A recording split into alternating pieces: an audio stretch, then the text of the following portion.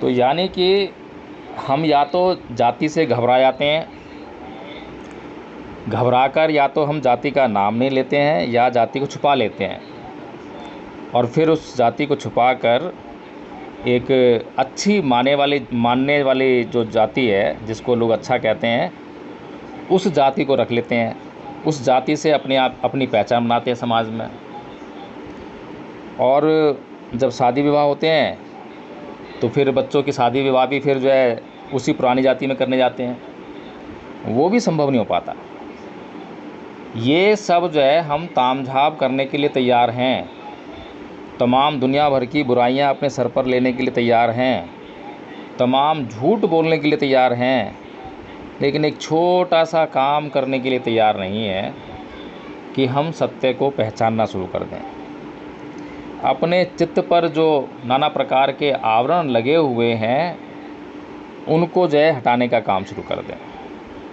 अगर मैं केवल अपने आप को जो है इंसान मानूं और इंसान मानकर दूसरे लोगों से व्यवहार करूं, अभी दूसरे लोग तो मुझे कहेंगे, जिस रूप में उन्होंने मुझे देखा है, जिस जाति में देखा है, जिस समाज में देखा है, जिन कपड़ों में देखा है, जिस घर में देखा है, जिस कॉलेज में देखा है, हर एक चीज़ से मेरा संबंध जुड़ा है। और जिसने मुझे जहाँ जहाँ देखा है वो उसी परिदृश्य से मुझे जोड़कर देखेगा, उसी से मुझे संबंधित करेगा। ये उसकी दृष्टि है, ये मेरी दृष्टि नहीं है। और अगर कोई भी व्यक्ति मुझे इस तरीके से देखता है तो इसमें मेरा कोई दोष नहीं है, इसमें उसका दोष है। तो उसका दोष है तो वो जाने, मैं क्यों परेशान हो रहा हूँ। लेकिन समस्या ये है कि जैसे ही दूसरे ने कहा कि तू शूद्र है, तो वो तो परेशान नहीं होता, उसे कुछ होता है नहीं होता मुझे पता नहीं, लेकिन मुझे बहुत कुछ होने लगता है। उसने कहा कि मैं शूद्र, मुझे शूद्र कहा, तो एकदम से वो चाहे शूद्र कह रहा है, चाहे चमार कह रहा है, चाहे भंगी कह रहा है, कुछ भी कह रहा है, लेकिन मुझे लग रहा है कि वो मुझे नीच कह रहा है। और नीच कहलाना कौन पसंद करेगा। नीच कहना, नीच कहलाना अपमानजनक बात है, और मुझे अपना अपमान महसूस होने लगा। तो बीमारी जो है उसके भीतर नहीं है, मेरे ही भीतर है कि उसने जो कुछ कहा सो कहा, लेकिन मैंने उन शब्दों का अर्थ जानकर, उनका भाव पहचान कर, उनको अपनी भावना बनाकर अपने चित्त में धारण कर लिया, और फिर विचलित होने लगा, कांपने लगा, और फिर रिएक्शन देने लगा। तो कसूर तो जो है मेरा है, जाति मेरे भीतर है, जाति सामने वाले के भीतर नहीं है। सामने वाले के पास क्या है क्या नहीं है मुझे नहीं मालूम। भगवान बुद्ध को एक बार जो है एक ब्राह्मण बहुत गालियाँ दे रहा, पता नहीं क्या क्या गाली दी होंगी। और भगवान बुद्ध जो है मुस्कुराते रहे, हंसते रहे। अब वो ब्राह्मण परेशान, अरे भाई सिर मुंडे, समण, बसल, पता नहीं क्या क्या क्या डाला, मैं तुझे इतना बुरा भला कह रहा हूँ, इतनी गालियाँ दे रहा हूँ, तुझे कुछ समझ में नहीं आ रहा क्या? तुझे बुरा नहीं लग रहा? तुझे अपमान महसूस हो रहा? कैसा आदमी है तू?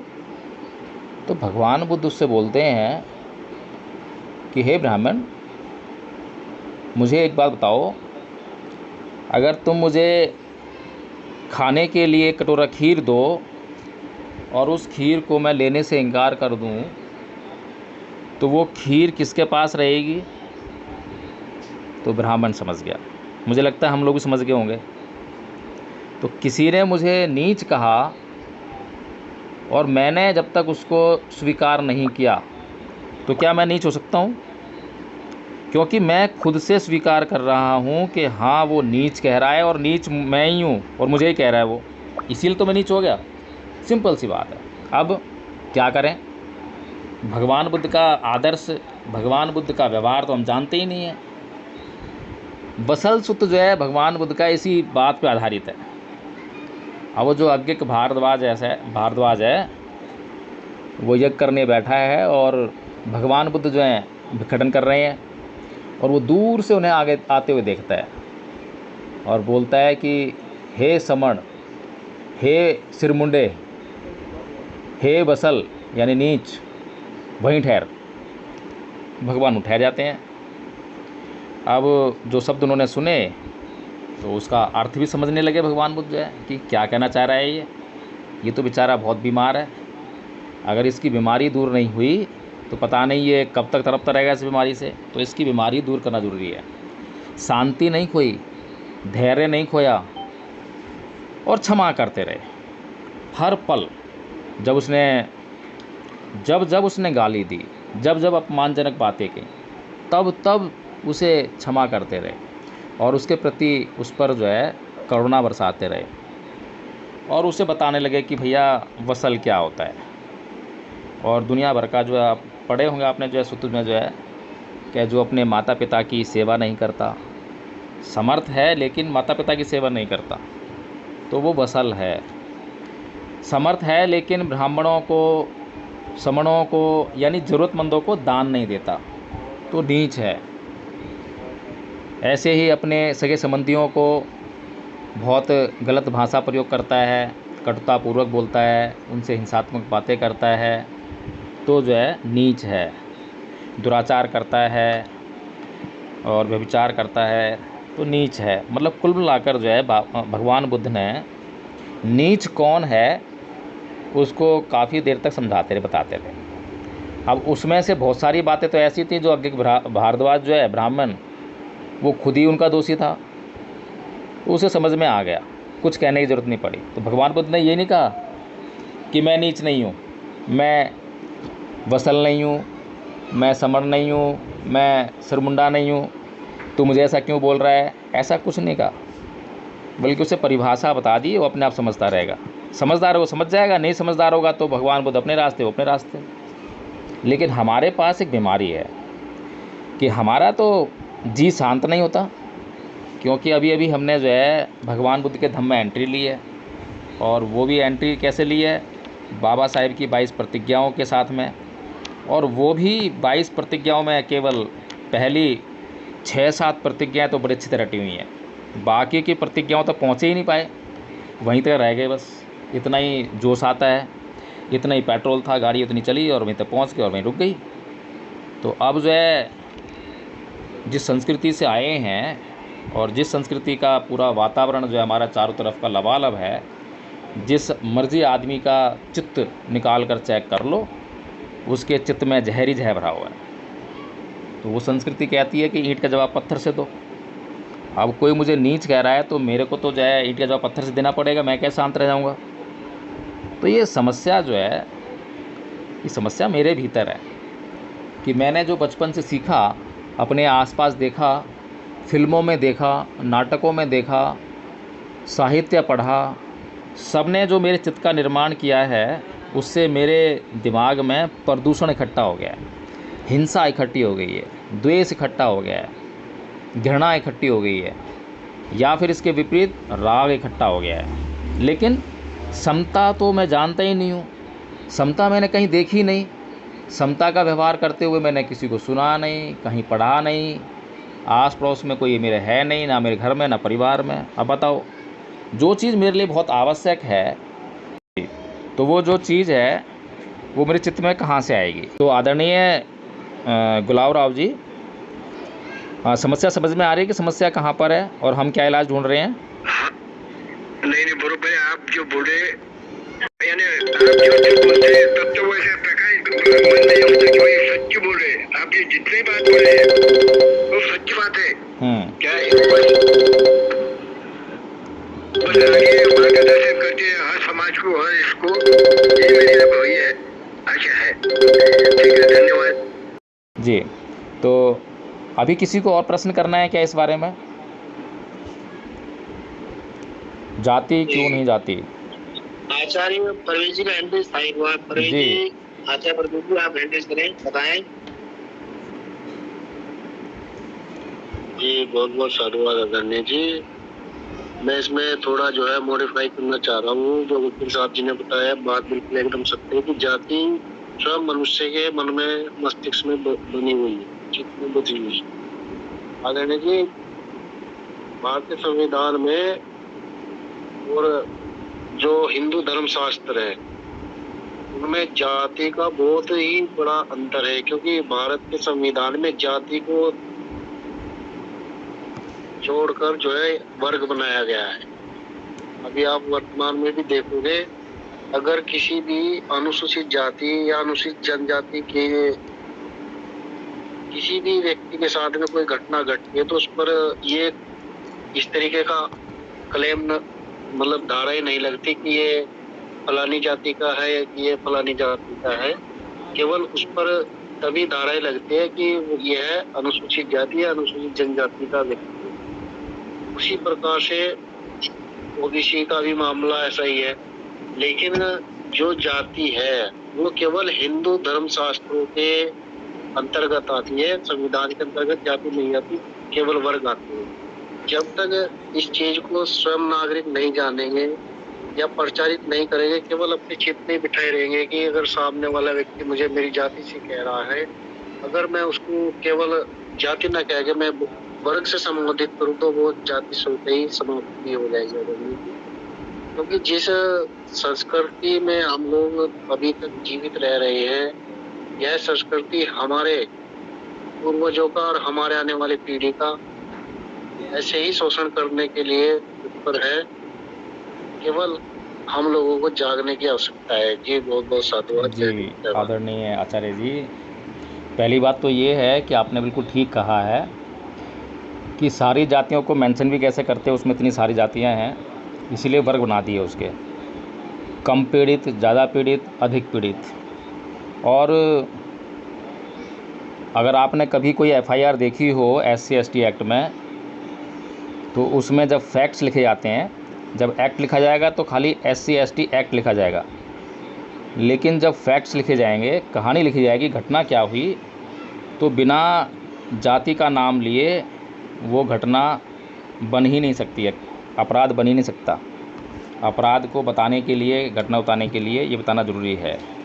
और दूसरा ये है कि चाहे वो धर्म ग्रंथों में लिखी है, चाहे कहीं भी लिखी है, चाहे दुनिया भर के लोग दोषी हों, लेकिन भगवान बुद्ध धम्मपद में ही कहते हैं, सारा मार्गदर्शन जो है भगवान बुद्ध के माध्यम से हमारे पास उपलब्ध है। लेकिन हम लोग क्या है कि उधर तक पहुंचते ही नहीं हैं। भगवान बुद्ध धम्मपद में कहते हैं कि ना परिसंग विलोमानी न परिसंग कथा कतंग अतनो व्यवेख्य कतानी अकतानी च, कि दूसरे क्या कर रहे हैं और दूसरे क्या नहीं कर रहे हैं, इसको मत देखो। मैं क्या कर रहा हूँ और मैं क्या नहीं कर रहा हूँ, इसको देखो, हम क्या कर रहे हैं। तो इसीलिए तो अभी जो हमने बात की कि जाति क्यों नहीं जाती, जाति हमसे ही बन रही है और हमसे बिगड़ रही है। मैंने तो कब का जो है इस जाति नाम के चक्कर को छोड़ दिया है। मैंने तो कभी अपने भीतर ये भाव लेकर ही नहीं आता कि मैं कौन सी जाति का हूँ, जाति का क्या नीचा क्या ऊंचा है, कुछ नहीं। मैंने जब से इस सत्य को जान लिया, पहचान लिया, तो सारे वो जो कलेश हैं वो ख़त्म हो गए। अब कोई भी मुझे गाली देता है जाति के आधार पर या वैसे, जो है मेरा मन शांत रहता है। मैं जान जाता हूँ कि हाँ, सामने वाला जो है आदमी बीमार है और उसको मैं और बीमारी देकर जो स्वास्थ्य नहीं दे सकता, बल्कि मुझे उसको जो है स्वास्थ्य ही देना पड़ेगा, उसका इलाज करना पड़ेगा। यानी कि वो अगर क्रोधी हो रहा है, हिंसात्मक हो रहा है, तो मुझे शांत रहना पड़ेगा ताकि वो शांत हो जाए। जब वो शांत हो जाएगा, जब उसके भीतर से मैं उसकी हिंसा को निकाल दूंगा, तब तो मैं सुरक्षित होऊंगा। अगर मैंने उसकी हिंसा को और भी भड़काने की कोशिश करी तो मेरी सुरक्षा ही खतरे में पड़ जाएगी। तो मैं खुद से जिम्मेदार हूँ अपनी सुरक्षा के लिए या असुरक्षा के लिए। जिस दिन हम लोग ये बात को जो है समझना शुरू कर देंगे, जानना शुरू कर देंगे, अब हर एक बात के जो है कई पहलू होते हैं, हमें समग्रता में हर बात को समझना चाहिए। जैसे कि जो एक पद है धम्मपद में, परिचय न विजानन्ति मयि मेथ यमामसे ये च तथ्य विजानन्ति ततो समन्ति मेधगा, कि मैं एक दिन इस संसार में नहीं रहूँगा। जो विद्वान जन, जो जानकार लोग इस बात को जान जाते हैं, उनके कलह शांत हो जाते हैं। अब बताइए, 2 लोग या 3 लोग डंडे लेकर आए, अभी डंडे मारे नहीं है मेरे ऊपर, खाली दिखाए हैं, और मैंने सरेंडर कर दिया। अब भगवान बुद्ध क्या कह रहे हैं इस गाथा में भगवान बुद्ध कह रहे हैं कि एक दिन तो ये शरीर रहना ही नहीं है, और जो इस बात को जान जाता है उसके खलय शांत हो जाते हैं, यानी वो भय मुक्त हो जाता है। अब मैं क्यों डर रहा हूँ उन 3 आदमियों से, उनके डंडे देखकर? क्योंकि मुझे मृत्यु नहीं चाहिए, और मैं इस बात को स्वीकार नहीं कर रहा। मैं ये सोच रहा हूँ कि बच जाऊँ कैसे भी। अगर मैंने इनको जो है कुछ कहा या अपना बचाव किया तो ये और मारेंगे, मार ही डालेंगे। और हमने देखा है कि जब भी घटनाएं घटती हैं इस प्रकार की तो लोग मारे ही जाते हैं, बचकर कोई नहीं आता। 2 या 3 लोग जो हैं बंदूक के बल पर 100-200 लोगों को बंधक बना लेते हैं, और वो 100-200 लोग बंधक इसलिए बन जाते हैं क्योंकि उनको जो अपनी जान प्यारी है। सत्य को पहचानते नहीं, सत्य को जानते नहीं हैं। और वो 100-200 लोग अगर सत्य को जान जाएं कि हमें तो मरना ही है, कल नहीं तो आज सही, और इस मृत्यु से क्या घबराना, तो वो कभी भी बंधक नहीं हो सकते। तो इसीलिए जो है भगवान बुद्ध का एक एक शब्द, एक एक सिद्धांत बहुत महत्वपूर्ण है। जब तक मैं जानता नहीं था, मैंने अच्छी तरह से अध्ययन नहीं किया था, मेरे भीतर बहुत सारे सवाल थे, बहुत सारे। और अक्सर मेरे पिताजी से तो बहुत बहस हुआ करती थी मेरी। अब मुझे भी बहस करने का तरीका नहीं आता था, शायद मैं बदतमीज़ी करता रहूँगा, इसीलिए जो है, अब बदतमीज़ी किसी को पसंद नहीं होती है। अगर बदतमीज़ी करूँगा तो सामने वाला इरिटेट होगा ही होगा। बचपन था, छोटा था मैं, लेकिन प्रश्न बचपन से होते थे। जब बड़ा हुआ, धम्पद मेरे हाथ में आई, तो धम्पद ने सारे सॉल्यूशन दे दिए, एक एक चीज़ का, जो भी प्रश्न थे। इसीलिए हमें जो है ना बहुत ही बारीकी से थोड़ा और गहराई में जाके अध्ययन करने की आवश्यकता है। और अभी जो गाथाएं हमने बोली हैं, इनको हमें ध्यान में उठाने की ज़रूरत है। और 5 गाथाएं केवल हमने प्रथम वर्ष के कोर्स में रखी हैं। कोई भी जो हमारे साथ में अभी आचार्य जन जुड़े हैं, वो मुझे बता दें कि क्या वे 5 गाथाएं किसी का भी जीवन बदलने के लिए, क्या वो कम पड़ती हैं? क्या उनका किसी का भी जीवन नहीं बदलने में वो समर्थ हैं? किसी का भी जीवन बदल सकती है या नहीं बदल सकती? जी, आदरणीय आचार्य हुकुम जी, आदरणीय हुकुम जी, आपका हैंड रेज है। हुकुम जी है ना, आपका हैंड रेज है, बताएं। वकील साहब, जय नाम होता है आदरणीय नाम, और संघ में जो हमारे संघ के साथी नाम होता है। तो आज जो ये बात हो रही है कि जाति कभी जाति नहीं, तो ये समस्या तो है बहुत बड़ी, कि बात भी सही है। जाति जानी होती तो बाबा साहब ने शादी की थी दूसरे समाज में, ब्राह्मणी दूसरी शादी जो थी, लेकिन उससे भी सीख किसी को नहीं मिली, किसी ने मतलब ये जाना ही नहीं। वहाँ मतलब कितना पढ़ लिखने के बाद भी वो शादी उन्होंने ब्राह्मणी से की, और उसके बाद भी जो मनुवाद तरह से हावी है, जाति जाएगी नहीं। और फिर जाति जा सकती है अगर संविधान पढ़ाया जाए। संविधान में जाति नहीं है, इसमें सब एक समान है, तो पढ़ाया ही नहीं गया कभी ना। किसी ने बताया कि ये सरकारें अगर इस पे ध्यान देती तो जाति खत्म हो सकती थी, कोई बहुत बड़ी बात नहीं है। दूसरे देशों में इस तरह की कोई बात नहीं है, हमारे देश में ही क्यों है? बस मेरी बात खत्म हुई वकील साहब। जी, बहुत बहुत साधुवाद आदरणीय हुकुम सिंह जी। और संविधान में जाति नहीं है, हाँ, जातीय भेदभाव नहीं है। जाति तो है, एससी वर्ग है, जातियों का भंडार है, एसटी वर्ग है, जातियों का समूह है, भंडार है, ओबीसी वर्ग है, वो भी जातियों का भंडार है। जाति की तो बात है। और कुछ लोग जो हैं ये सोच लेते हैं कि ये संविधान और ये कानून जो हैं, इनके माध्यम से उनकी समस्याएं जो हैं सॉल्व हो रही हैं। लेकिन बाबा साहेब अच्छी तरह जानते थे कि ये संविधान जो है मेरे लोगों की समस्याओं को तुरंत तो राहत दे सकता है। जैसे कि हम पेन किलर खाते हैं, अभी दर्द हुआ, पेन किलर खा ली, थोड़ा देर कर आराम पड़ गया।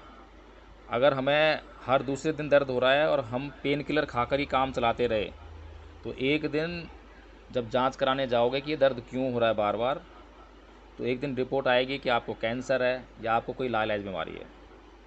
तो यही हाल जो है अभी बहुजन समाज चल रहा है।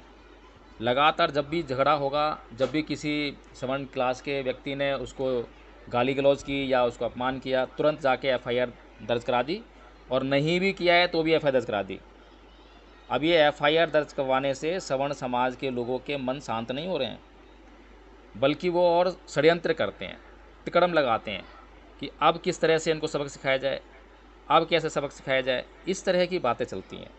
तो बाबा साहेब इस बात को जानते थे कि ये जो पेन किलर है, ये मेरा समाज जो है मज़े मज़े में खाया जाएगा, जब जब इसको दर्द होगा, जब जब समस्या होंगी। लेकिन असली समाधान जो है भगवान बुद्ध के पास है, परमानेंट रिलीफ।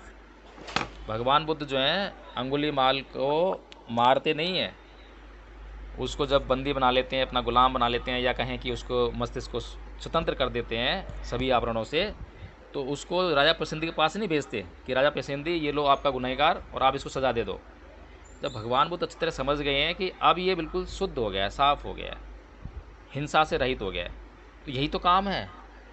इसी तरफ जो है पूरे समाज को बढ़ना पड़ेगा। आज कानून क्या काम कर रहा है?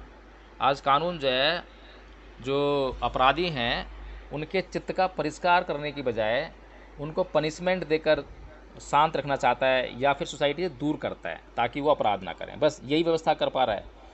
उनका जो मेंटल ट्रीटमेंट है वो नहीं कर पा रहा है, जबकि हमें बहुत बड़े पैमाने पर उनका मेंटल ट्रीटमेंट की समस्या कहाँ से शुरू हो रही है।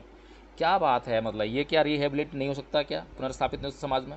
इस बात पर बहुत बड़े पैमाने पर गौर करने की आवश्यकता है। इसीलिए भगवान बुद्ध का धम्म जो है पूरे संसार भर के लिए बहुत ज़रूरी है। आज अभी यूक्रेन और रूस लड़ रहे हैं, इधर ईरान और वो लड़ रहे हैं, पूरी दुनिया आग के ढेरे बैठी हुई है। अब मान लो कि वहाँ से जापान ने कोई बम कैरी किया हवाई जहाज़ में और फोड़ना था इजराइल पे या इधर जो है दूसरे देश में, और रास्ते में पड़ा भारत, वो गलती से फिसल गया। मैं बात बता रहा हूँ, एक ऐसी घटनाएं होती नहीं है, संभावना नहीं है, लेकिन फिर भी कह रहा हूँ, और भारत के ऊपर बम गिर गया। और भारत के लोग तो बड़े खुश थे कि कम से कम भारत का किसी से झगड़ा नहीं हो रहा, भारत जो है इस विश्व युद्ध में शामिल नहीं है, बड़े खुश हो रहे हैं। लेकिन वो एक घटनावश जो है वो बम यहाँ गिर गया, सारे मारे गए। अरे भाई, हमें ये देखना चाहिए कि मेरा पड़ोसी अगर झगड़ा हो रहा है वहाँ पर, वो परेशान है, तो मैं भी कहीं ना कहीं उस परेशानी की जद में कभी भी आ सकता हूँ। इसीलिए अपने सारे समाज को, सारे वातावरण को शुद्ध करना, शुद्ध रखना मेरी जिम्मेदारी है। जितना साफ स्वच्छ रखूँगा उतना ही स्वास्थ्य मुझे मिलेगा। तो ये चित्त के स्वास्थ्य की बात है, चित्त की बीमारियों की बात है। जी आदरणीय आचार्य तिनका जी, आपका हैंड से बताएं। जी आदरणीय एडवोकेट साहब, मैं ये बात कहना चाह रही थी कि आपने ना कहते हुए जब बात की शुरुआत की, जाति क्यों नहीं जाति की, आपने एक शब्द कहा वो बहुत इम्पोर्टेंट था। और जैसा कि आदरणीय हुकुम सिंह जी ने जो बात पकड़ी, मुझे लगता है कि उन्होंने उस बात को ठीक से सुना नहीं। अगर वो उस बात को ठीक से सुन लेते तो शायद ये वाली बात नहीं कहते कि बाबा साहब ने एक ब्राह्मणी से शादी करी थी। वो शब्द ये था चित्त। जो ये चित्त जो शब्द था, जब आपके चित्त की परिशुद्धि हो जाती है, जो कि हम रोज अपने प्रथम वर्ष के जो वाचन करते हैं उसमें हम बार बार कहते हैं चित्त की परिशुद्धि, चित्त की परिशुद्धि। ये बहुत अच्छा शब्द आपने यहाँ पे उठाया है। और मैं अपना खुद की बात बताना चाहूंगी। देखिए, हम सभी लोग ऐसे ही माहौल में रहते हैं। हम जैसे भी है अभी, जैसे भी है वैसे पहले नहीं थे। हम ऐसे तराश तराश के, अपने आप को तराश तराश के आज हम यहाँ पे हैं। और अभी भी अपनी जो तराशना है हमने बंद नहीं किया है, हम अभी भी अपने आप को तराश ही रहे हैं। तो सबसे पहले जब हमको अपने अपने आप को, जब हम ये बात कर रहे हैं कि क्या जाति क्यों नहीं जाती, तो सबसे पहले हमें खुद से सवाल करना चाहिए, क्या हमने वो जाति छोड़ी है? क्या कहीं ऐसा तो नहीं है कि जय भीम नमो बुद्धाय बोलते बोलते हमें जय भीम और नमो बुद्धाय होने का घमंड आ गया है?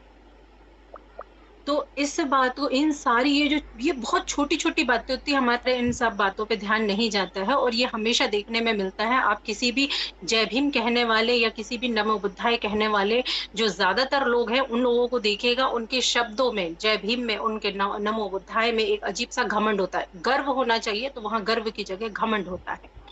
मैं आपको बताना चाहूँगी कि जैसा कि मैं स्ट्रीमों में जाती रही हूँ, मैं सारी स्ट्रीमों में जाती रही हूँ और ये 4-4 5-5 घंटे मैंने लगातार लोगों से बातें करी है और अभी तो कम कर दिया है मैंने, अब नहीं जाती हूँ, मैं बहुत कम जाती हूँ।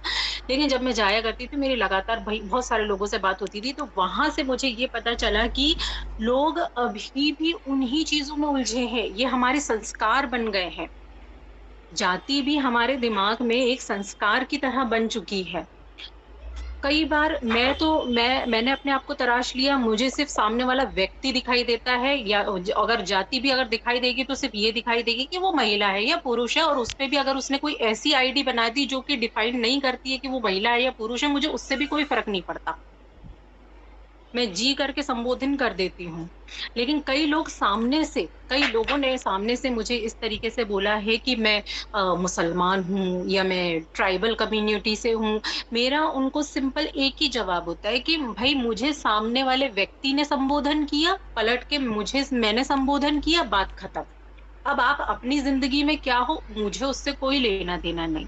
अब मैंने सिर्फ़ इतनी बातें करी है, मैंने उनको 4 बातें और नहीं सुनाई, तो मैं क्या करूँ? किस जाति से हो? नहीं, इससे उनको गुस्सा आएगा। मैंने उनके अंदर सवाल पैदा कर दिया। वो खुद अब उस विचार करेंगे, जब वो वहाँ से निकलेंगे, तब वो खुद विचार करेंगे, यार इसे कोई फ़र्क नहीं पड़ रहा, ये अभी भी वैसे ही बात कर रही है। हमको इसने इंसान ही समझा और कुछ नहीं समझा। तो हम क्यों अपनी जाति बार-बार बता रहे? मुझे क्या ज़रूरत थी ये बताने की कि मैं मुसलमान हूँ, या मैं ट्राइबल हूँ, या मैं हिंदू हूँ, या मैं ये जो भी है, वो हूँ। तो जब वो खुद से सवाल करेंगे, वो खुद अपनी जाति लोगों में जागृति ला सकते हैं। हर बार बोल के जागृति लाने की ज़रूरत नहीं होती है। अक्सर ये ज़्यादा काम करता है कि आप लोगों के अंदर वो सवाल पैदा कर दो। तो बस इतना कह के ही मैं अपनी बात खत्म करना चाहूंगी। जी, आदरणीय वकील साहब जी, आप फरमाएं। जी, बहुत साधुवाद आदरणीय आचार्य अशोक जी। अब आप संभालें मीटिंग को जो है, और मैं यहीं समाप्त करता हूँ।